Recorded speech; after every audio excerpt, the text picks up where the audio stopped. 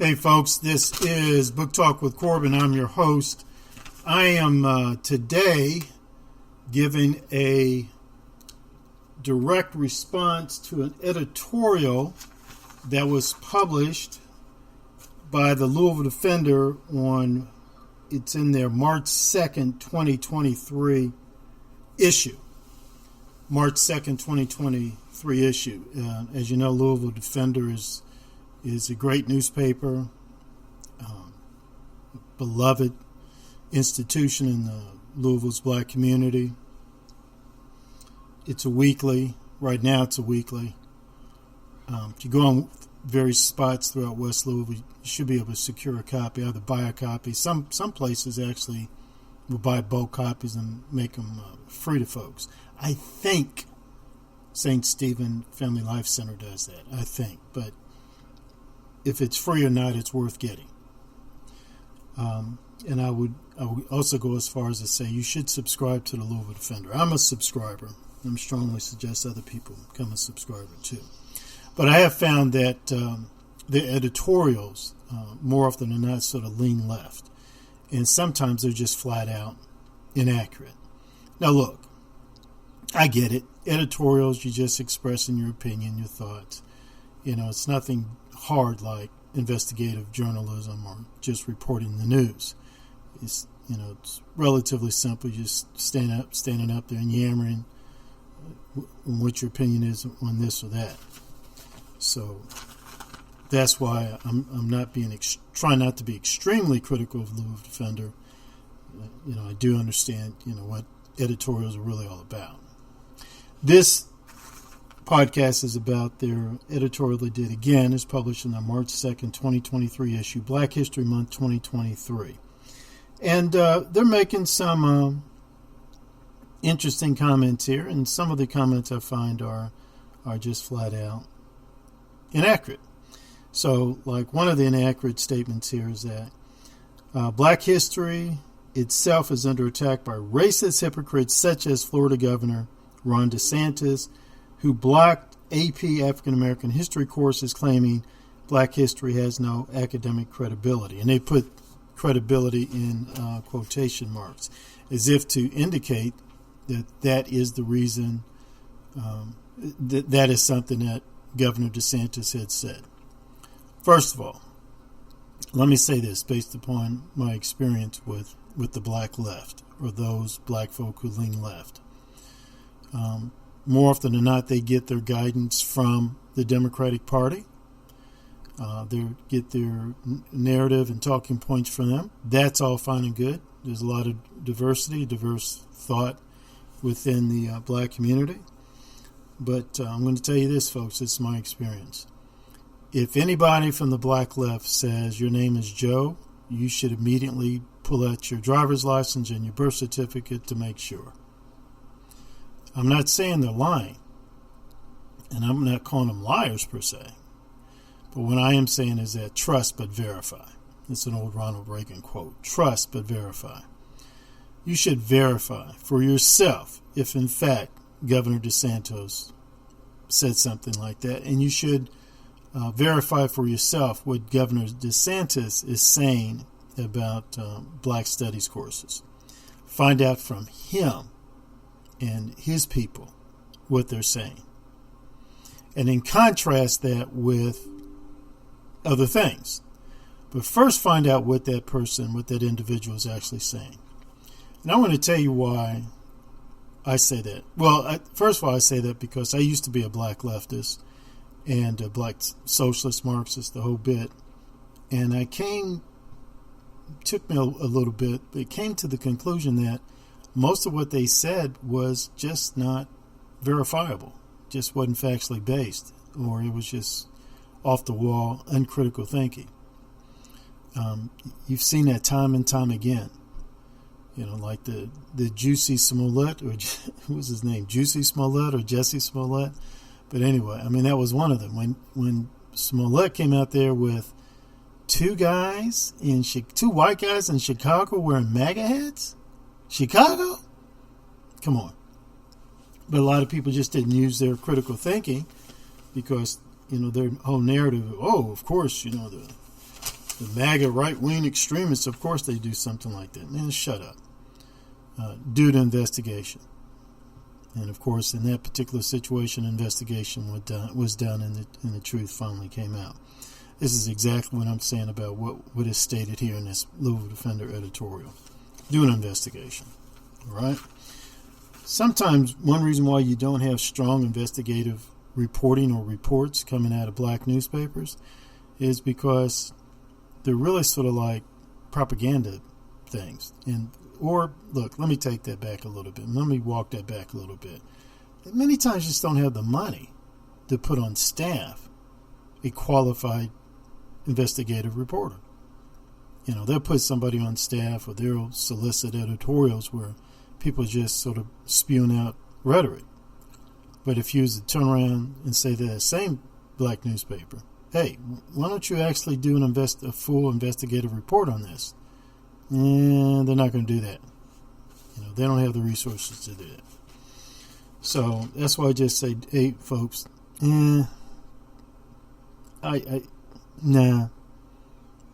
this is bull. Was potentially bull. Do your own investigation.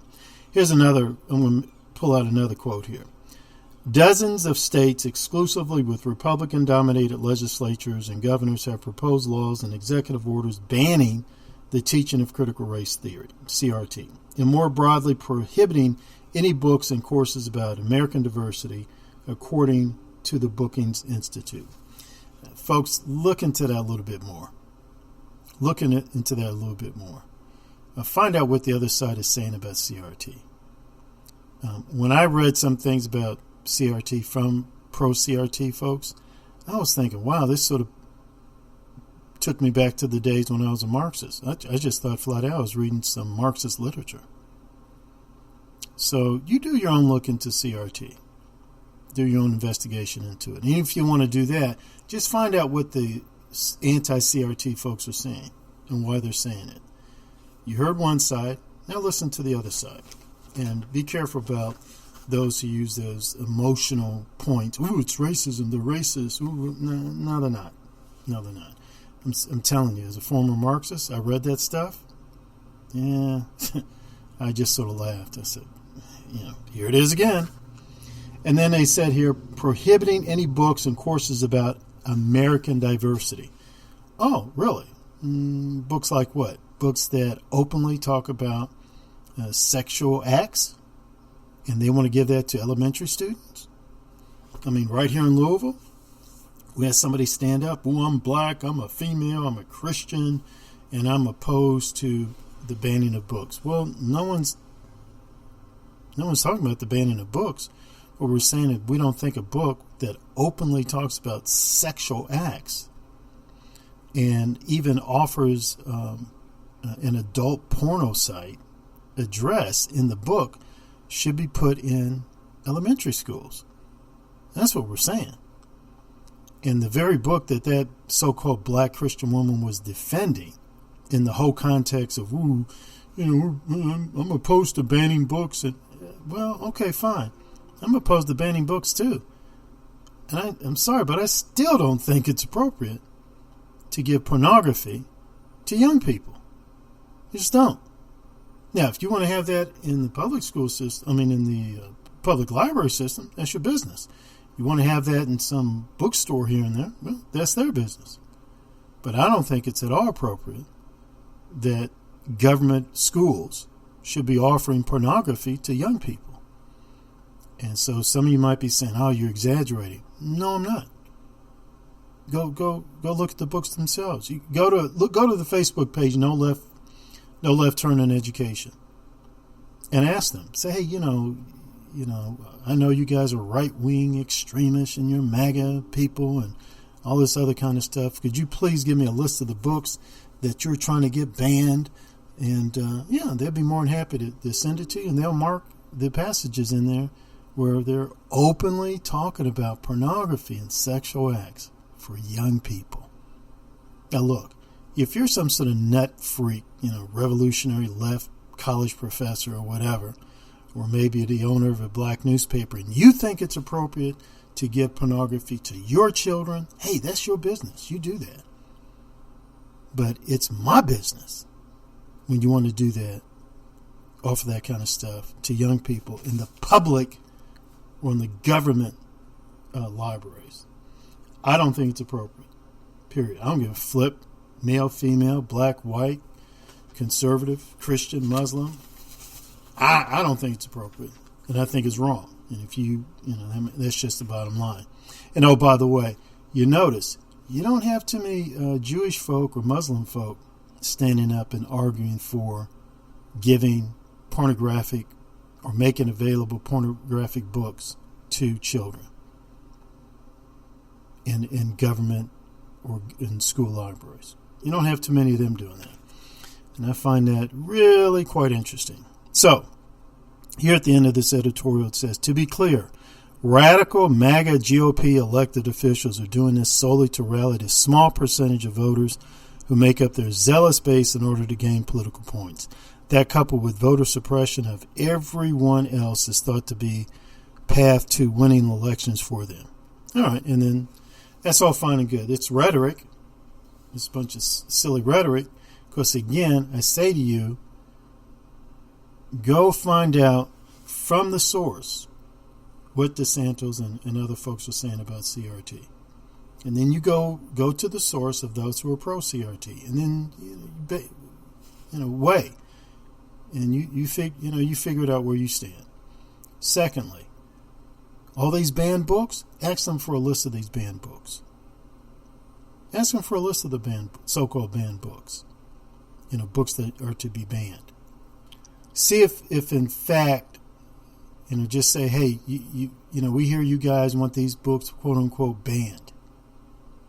Well, first of all, no, they're not asking for a banning of the books. They're just simply saying this book contains some stuff we don't know if it's really appropriate for young people, for young minds to be exposed to. There has never been a time when there's been talk about, we don't want the discussion of racial discrimination, Jim Crow, slavery in the school systems. That has just not been the case. That's a lie. That's a lie from you-know-where. So you need to ask yourself, what are these books and what are their objections? You got to listen to the other side. You got to hear the other side. And I'm speaking to you as a person who used to be on the other side. He used to be in line with some of this stuff the Louisville Defender publishes as editorials. And I know from our personal experience, folks, I'm sorry, you can't trust them. Don't trust them. I don't trust them. I know from many, many, many, many years of experience not to trust them. Period. And I'm not saying if they say left, you automatically say right, or if they say up, you might automatically say down. What I am saying is find out what the other side is saying from the other side, and then you make your own decision. So that's what I had to say today about that particular editorial put out by the Louisville Defender. And I also just want to say, however, hey, subscribe to the Louisville Defender. But, here's one other thing I want to say, and I'm saying this to black conservatives and black classical liberals in the city of Louisville. We need to put forth another black newspaper, print, media, and social media. Competition's good. Right now, the Louisville Defender is for the most part the only black newspaper in the city of Louisville. Now, I've seen some other folks trying to attempt to do something in the way of black newspaper, print black newspaper, and I think that's great, and I think that's fantastic.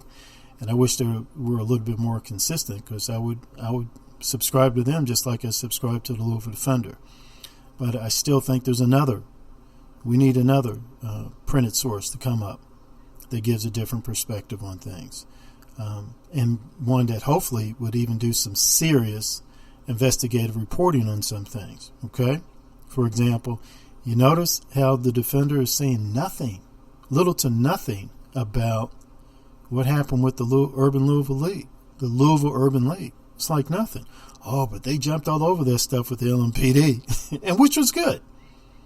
But they said nothing. They just let it go. that whole stuff with the Louisville Urban League. I found that interesting. You know, good investigative journalism is good investigative journalism. And us black folk, we deserve good investigative journalism. And so, but anyway, my point is, and I'm saying this to black conservatives in this city, black Republicans, black classical liberals, we really need to seriously think about coming together and offering something else. You know, there was a time in the city of Louisville where there were 3 black newspapers. There's 3 of them. Not 1, not 2, but 3. Competition's good. We need another one. Okay, folks, this is Book Talk with Corbin. I'm your host.